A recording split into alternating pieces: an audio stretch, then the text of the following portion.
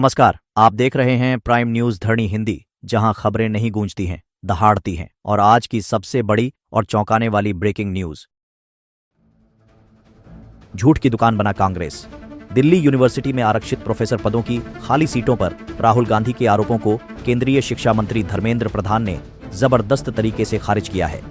प्रधान ने कांग्रेस को झूठ और धोखे की सबसे बड़ी दुकान बताते हुए कहा कि एसएससी, एसटी और ओबीसी के साथ सबसे बड़ा धोखा खुद कांग्रेस ने किया है।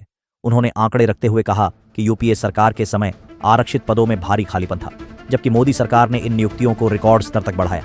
एनएफएस टैग को कांग्रेस की देन बताते हुए प्रधान ने कहा, मोदी सरकार ने 2019 में नया कानून लाकर आरक्षित सीटों को सुरक्षित किया है।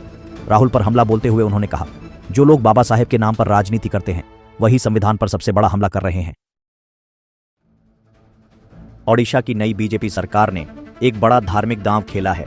1170 करोड़ रुपए की श्री जगन्नाथ दर्शन योजना के तहत 9.5 लाख श्रद्धालुओं को पुरी स्थित भगवान जगन्नाथ मंदिर की यात्रा कराई जाएगी। ये योजना विशेष रूप से 50 वर्ष से ऊपर के बुजुर्गों और विधवाओं के लिए है, जिनसे कोई पैसा नहीं लिया जाएगा, न यात्रा का न रहने का।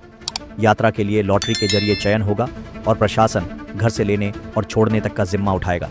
विपक्षी बीजेडी ने योजना पर हमला बोलते हुए इसे वोट बटोरने की चाल बताया और कहा, बीजेपी ने बस नाम बदला है, काम हमारा कॉपी किया है, लेकिन सरकार का दावा है ये सिर्फ योजना नहीं, आस्था और सम्मान का महायात्रा है।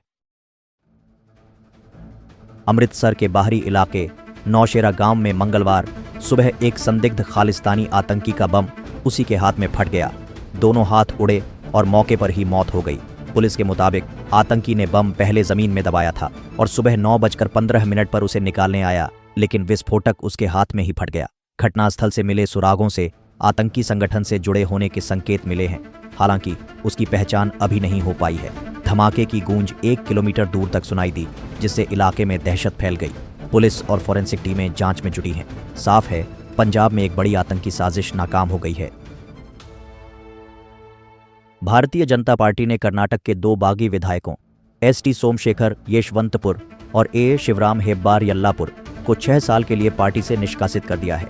दोनों पूर्व मंत्री 2019 में कांग्रेस छोड़कर ऑपरेशन कमल के तहत भाजपा में शामिल हुए थे और मंत्री भी बने, लेकिन 2023 में भाजपा के सत्ता से बाहर होने के बाद से दोनों नेता कांग्रेस के करीब दिखने लगे। कई बार पार्टी के आधिकारिक उम्मीदवारों के खिलाफ वोटिंग की, कांग्रेस बैठकों में हिस्सा लिया और भाजपा के विरोध प्रदर्शन से दूरी बनाई। सोमशेखर ने तो सार्वजनिक रूप से भाजपा नेतृत्व की आलोचना भी की और मुख्यमंत्री सिद्धारमैया तथा डिप्टी सीएम डी के शिवकुमार से करीबी को अपने क्षेत्र के विकास के लिए जरूरी बताया। पार्टी ने दोनों को कारण बताओ नोटिस जारी किया था। जवाब मिलने के बाद भी रवैया न बदलने पर केंद्रीय अनुशासन समिति ने उन्हें निष्कासित कर दिया। राज्य भाजपा अध्यक्ष BY विजयेंद्र ने कहा कि पार्टी संगठन को मजबूत करने के लिए यह कड़ा फैसला लिया गया है, खासकर जब जिला और नगर निकाय चुनाव नजदीक हैं। देश में कोरोना वायरस फिर से सिर उठा रहा है। NB18 एक और LF7 नाम के 2 नए वेरिएंट तेजी से फैल रहे हैं, जिनमें बुखार और खांसी जैसे सामान्य लक्षण दिख रहे हैं। मुंबई, दिल्ली और केरल में केसों में तेजी से इजाफा हो रहा है और आज केंद्र सरकार की एक आपात बैठक बुलाई गई है।